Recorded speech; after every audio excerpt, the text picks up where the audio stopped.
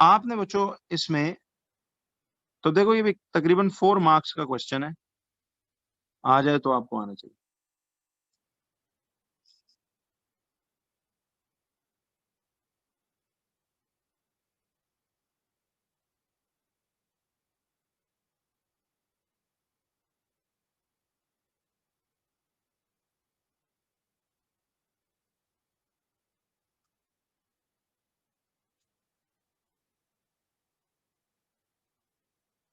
देखो अभी ये हालांकि कोर्स का स्टार्ट है और आपको इतनी नई बातें पता लग रही हैं। नाउ इमेजिन आगे कोर्स में कितना कुछ होगा जो आप लोगों ने स्कूल्स में या पहले नहीं पढ़ा हुआ। तो बहुत कुछ आपके लिए बच्चों नया है, इसलिए कह रहा हूँ कि एकेडमी एक सीरियस जगह है। इधर आपको एक प्रॉपर गाइडेंस मिलेगी जो इंशाल्लाह आपको फुल एग्जाम्स के लिए प्रिपेयर करेगी। ठीक है जी। खाली स्कूल्स पे रिलाई करना आई डोंट थिंक सेंसिबल है। आपको प्रॉपरली कोचिंग लेनी चाहिए।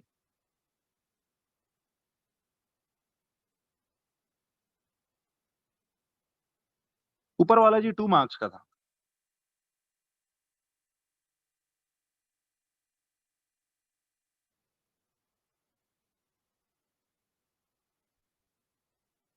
नहीं नहीं, ये पूछे गए हैं शायद, ये आपको एटीपी में देखना आते हैं। जी जी राफे, सारे प्रीवियस लेक्चर्स मिल जाएंगे जी। ये बाकी सब्जेक्ट बच्चों, Urdu, English, bio, computers, even मेरे भी, कोई भी बच्चे भी अभी, ज़ाहिर है एडमिशन्स बहुत से अभी आएंगे बिकॉज कुछ बच्चे अपने पेपर्स में बिजी थे। तो चलो इस साल थोड़ा सा जरा एक अजीब सी सूरत हाल है, तो हमने इसलिए लीनियंट रखा हुआ है। लेकिन ये है कि बस अब राइट आफ्टर योर पेपर्स आपने जो जो बाकी सब्जेक्ट्स भी, English, Urdu, bio, computers, physics, chemistry, math join करना है या किसी स्कूल फेलोज ने करना है तो उनको कर लेना चाहिए।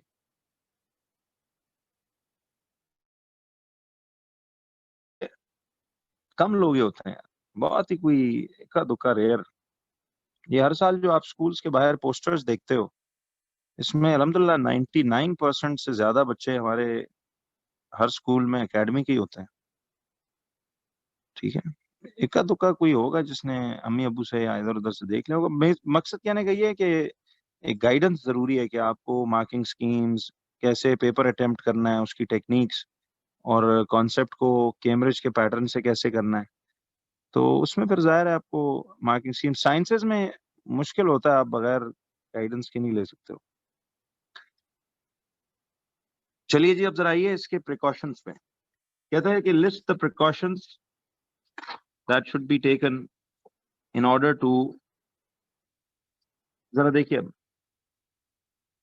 अब मुझे बताओ बच्चों, सबसे पहली प्रिकॉशन क्या होनी चाहिए इस तजुर्बे में। ठीक है, पहली प्रिकॉशन इस एक्सपेरिमेंट में क्या होनी चाहिए।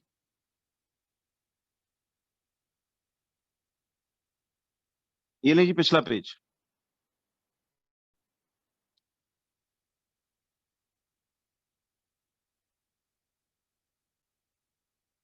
देखें, देखो वो इस एक्सपेरिमेंट की पूछ रहा है कि इस एक्सपेरिमेंट में क्या क्या प्रिकॉशंस अब लेनी चाहिए। नंबर 1 प्रिकॉशन तो आप सबको याद है कि इसमें सबसे पहले पानी को भरना है। डिस्प्लेसमेंट कैन में पानी को कहां तक भरते हैं? क्या ये निचले लेवल तक? देखिए ये जो आपकी पहली प्रिकॉशन है,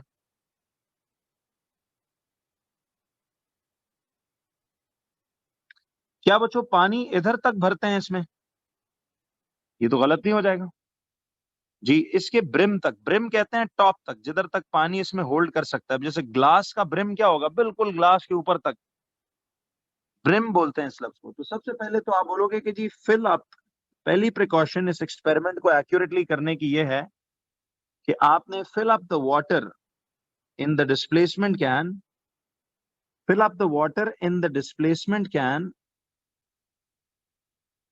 fill up the water in the displacement can up to its brim. Brim समझते हो?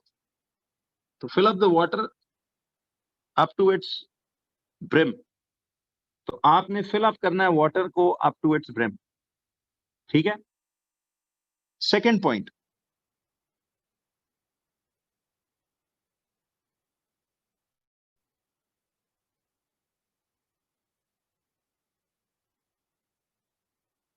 जी टॉप ऑफ द स्पाउट भी ठीक है, लेकिन स्पाउट का टॉप तो ये कहलाएगा ना फिर। ब्रिम कहते हैं ये जो जहां तक पानी इसमें होल्ड कर सकता है, ब्रिम का ये मतलब होता है। ठीक है, अच्छा जी, पहला प्रिकॉशन तो ये है।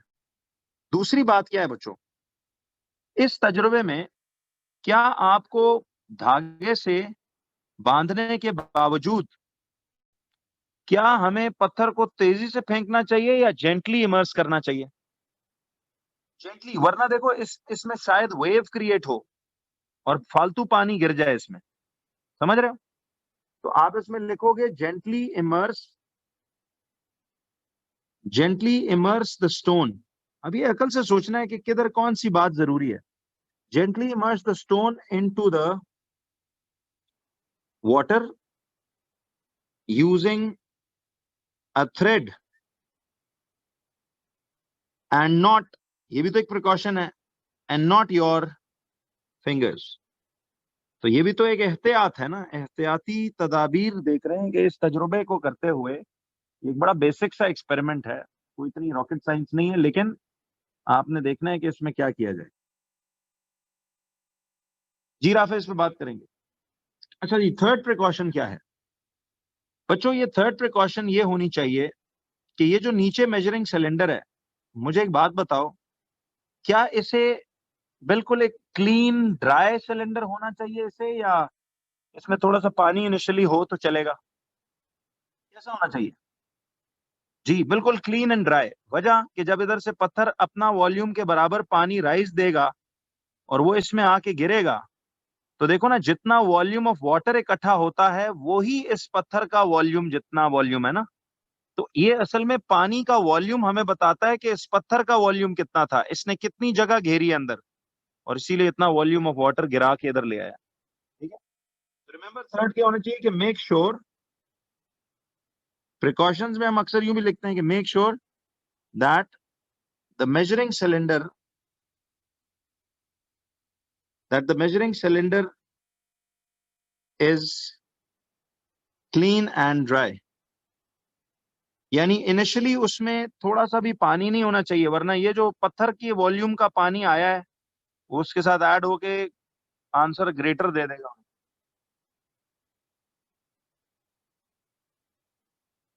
रूबा, ये एफएक्यूज तो कुछ कॉमनली आने वाले सवाल है और इन्हीं से देखना आपका सेंस बनेगा to answer every type of question.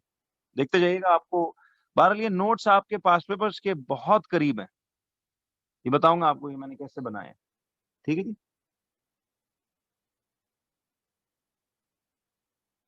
जी इसीलिए कह रहे हैं कि इसको बिल्कुल क्लीन एंड ड्राई सिलेंडर होना चाहिए, जरा सा पानी इकट्ठा है ना, तो ड्रॉपलेट्स अगर हैं तो उसको पहले आप टिश्यू पेपर से ड्राई अप करें। ठीक है, तो make sure that the measuring cylinder is clean and dry. चौथा इसमें क्या होगा, तो प्लेस द एपरेटस। देखिए, place the apparatus on a flat. खुद सोचो, अगर ये फ्लैट हॉरिजॉन्टल सरफेस पे नहीं होगा पूरा एपरेटस, देखिए जो पूरा एक आपने तजुर्बा किया है, इसको एक फ्लैट हॉरिजॉन्टल सरफेस पे होना चाहिए। This should be placed on a flat horizontal surface. ठीक है, अच्छा अब आइए नेक्स्ट बात पे। तो ये फ्लैट हॉरिजॉन्टल सरफेस पे पूरा एपरेटस ये प्लेस्ड होना चाहिए। तो अब जरा सुनना बच्चों कि it should be placed on a flat horizontal surface. Now watch,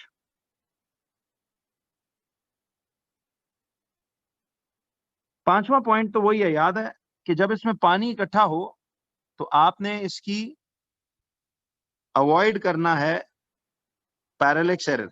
ये मैंने आपको बताया था ना, मैं इसको टाइप्स ऑफ एरर्स का एक टॉपिक आगे आने वाला है, उसमें बड़ा डिटेल में समझाऊंगा। Avoid parallax error by placing the line of site exactly parallel, sorry, exactly perpendicular to the scale। ये बात बच्चों मैंने अभी तक किसी एक्सपेरिमेंट में नहीं समझाई, याद है? बिकॉज आगे चलकर एक पूरा डिटेल टॉपिक आएगा टाइप्स ऑफ एरर्स, उसमें I will explain this in great detail. तमाम एक्सपेरिमेंट्स में देखना आपको फिर ये हेल्प मिलेगी। फिलहाल लिख लो इसे। और सिक्स्थ पॉइंट इसमें क्या था कि रीड द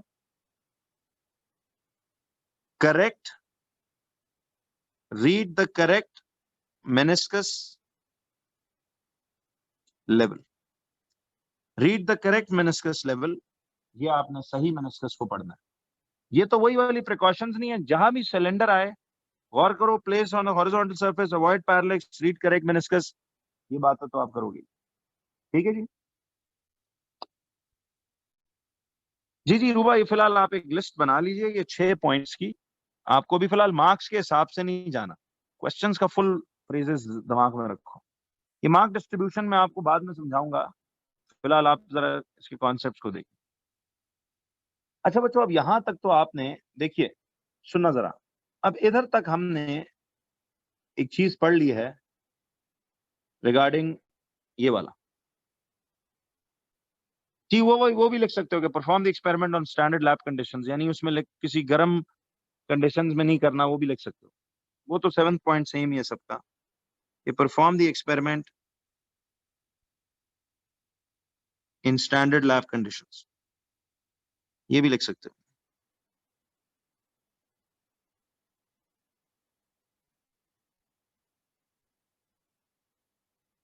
क्यों बच्चों, ये क्लैरिटी है सबको? जी इस ऑर्डर में इसलिए कि जरा इंपॉर्टेंट पॉइंट से लेसर इंपॉर्टेंट पॉइंट की तरफ जा रहे हैं। बहरहाल ये सब इंपॉर्टेंट हैं, सीक्वेंस जरूरी नहीं है, बट ये सारी बातें आपको आनी चाहिए। तो बच्चों इस तरह हम अपना पूरा कोर्स जो है वो तफसील के साथ करेंगे।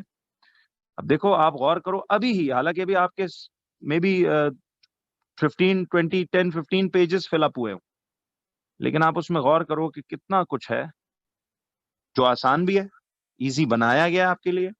मैंने आपको कहा ना, किसी भी सब्जेक्ट में यू नेम अ चैप्टर और आपको उसके लिए बेहतरीन टेक्निक्स बना के रखी हुई है मैंने। इतना आसान लगेगा आपको कि आपकी सोच है, बट उसके लिए बड़ी एफर्ट हुई है इसमें। थोड़ा सा आपने नोट्स को सही खूबसूरत अच्छे अच्छे नोट्स बनाओ, कलर्ड पेन मार्कर्स यूज करो, ताकि बाद में आपके पास पूरा एक रेफरेंस बुक हो। ये पूरे नोट्स ही ना आपकी एक बड़ी जबरदस्त किताब बन जाएगी। एक एक पास पेपर का क्वेश्चन का आंसर देखना आपको इसमें से मिलेगा। ये मैंने डिजाइन ही ऐसे किए हुए हैं। ठीक है जी। जी जी राफे, all the other teachers are much much better than me. वो माशाल्लाह आपके साथ बहुत ज्यादा अच्छा, ये जो हमारा टीम है सारी, क्योंकि उनकी ट्रेनिंग अल्हम्दुलिल्लाह मैंने खुद पर्सनली की हुई है 1 by 1, तो बहुत सालों से वो लोग कर भी रहे हैं, तो इंशाल्लाह बेहतरीन हो जाएगा। ठीक है, तो वो आप बेफिक्र रहिए।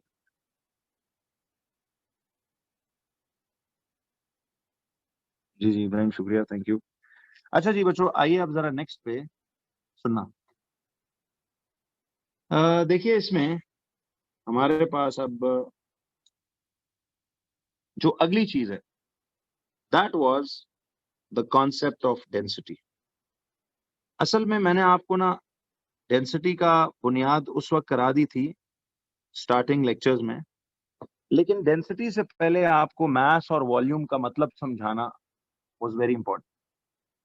तो असल में बच्चों, अब ये ना एक्चुअली एक chapter with in this chapter है। आपको पता है इस डेंसिटी की आपको अलग क्वेश्चंस की एक बुकलेट मिलेगी जिसमें एमसीक्यू थ्योरी के सवाल है। ठीक है जी, तो आपको इंशाल्लाह A to Z मिल जाएगा। लेकिन जरा अब आते हैं कि आज पहली दफा अब हम डेंसिटी का जो न्यूमेरिकल्स हैं, यानी फिजिक्स सिलेबस में, देखो इस चैप्टर 1 में ना बच्चों बात सुनना, इस फिजिक्स के चैप्टर 1 में ना आपको मैंने इसे ऐसे डिजाइन किया हुआ है कि पूरे फिजिक्स सब्जेक्ट की ना बुनियाद मिलेगी। इसीलिए इस पे टाइम ज्यादा लगता है, ऑलमोस्ट हमारा इसमें ना कई दफा 1.5 महीना लगता है। 6 नवंबर तक आप देख रहे हो, इंशाल्लाह भी होगा नहीं, इससे हम लीड में ही रहते हैं, लेकिन अ, आपको इसमें बहुत सारी तफसीलात मिलेंगी। देखिए जैसे मैं आपको ना मिसाल के तौर पे एक वैसे एक ग्लिम्प्स दिखाता हूँ। ये एक मेरे पुराने स्टूडेंट है, उनका एक उसने नीटली बनाए हुए थे, तो इसलिए मैंने ये सारे नोट्स, अब देखो ये अल्हम्दुलिल्लाह मेरे दिमाग में पड़े हुए हैं, लेकिन बुक फॉर्म में ये यहाँ पे, तो see this is where the chapter started. अब मैं वैसे आपको जरा बता रहा हूँ कि देखिए ये एक पेज है, ये दूसरा तीसरा, ये चौथा पांचवा, ये छठा सातवां, फिर ये आठवां नौवां, 10वां 11वां, 12वां 13वां हो गया जी, 14वां 15वां हो गया, 16 17 18 19, 20, 21, 22, 23, 24, 25, ठीक है, 26, 26 पेजेस का ये, और फिर काइनेमैटिक्स का चैप्टर 2 आता है। ठीक है, तो घबराना नहीं है, डरना नहीं है जी। तो मैं आपको ना चीजें जरा इस हिसाब से करवा रहा हूं। तो ये 26 पेजेस, और आपने इस बच्चे की राइटिंग देखी है, बहुत छोटी छोटी ये लिखता है, बड़ा नीटली। देखो ये सारा भरा हुआ है सफा, कोई एका दुका लाइन ही खाली है बीच में। ये देखिए, ये इसी में सारे न्यूमेरिकल्स, इसी में सारे एटीपी एक्सपेरिमेंट्स। ठीक है, but this is not scary, don't worry.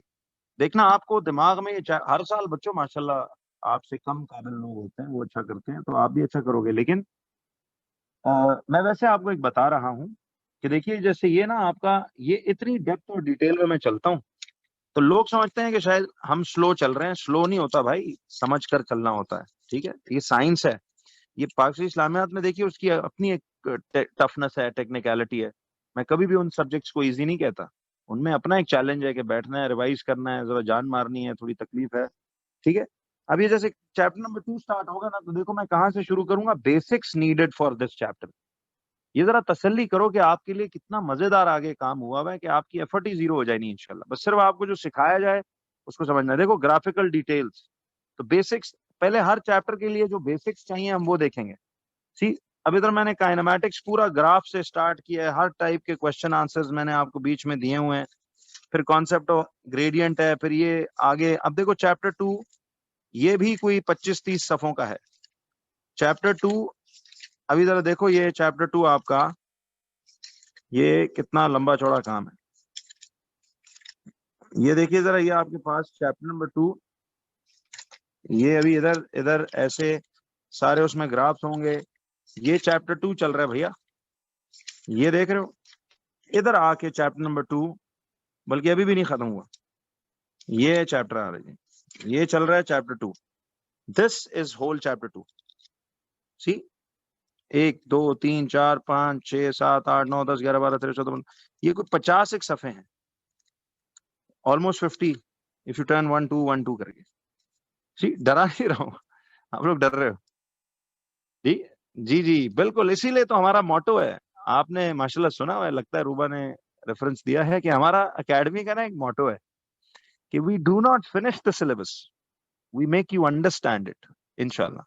ठीक है, तो आपको समझा के कराएंगे। अब ये देखना, ये पूरे सफे ना आपके दिमाग में समझ के बैठे होंगे, आपको रट्टा मारना ही नहीं पड़ेगा।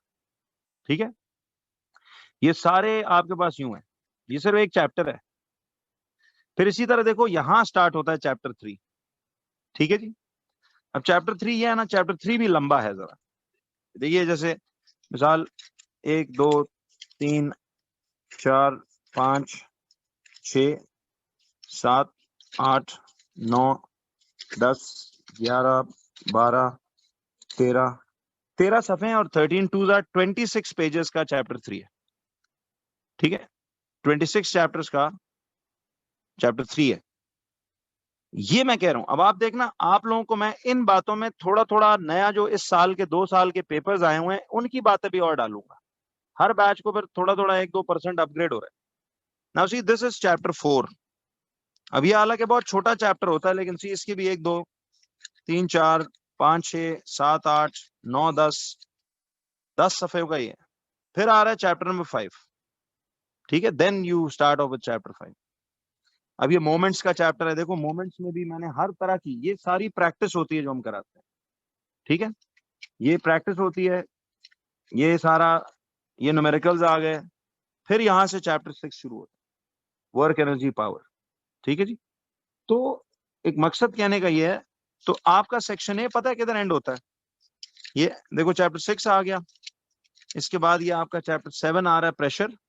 ये प्रेशर का चैप्टर 7 है। तो आपका सेक्शन ए पूरा, और मैं दिखाता हूं सेक्शन ए कितना है। ये प्रेशर का चैप्टर चली जा रहा है, ये है जी, this is whole section A. ठीक है, ये सिर्फ सेक्शन ए है, डरना नहीं है। आपको ये सारा देखना, मैं बेहतरीन किस्म का ऐसा समझाऊंगा कि आप लोग